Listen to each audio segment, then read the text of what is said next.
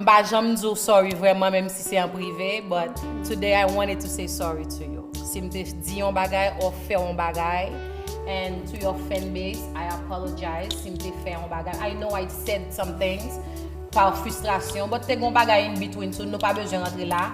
But I'm so sorry, my darling. I loved you, I love you, and I wanna stay loving you. Okay? Thank you so much.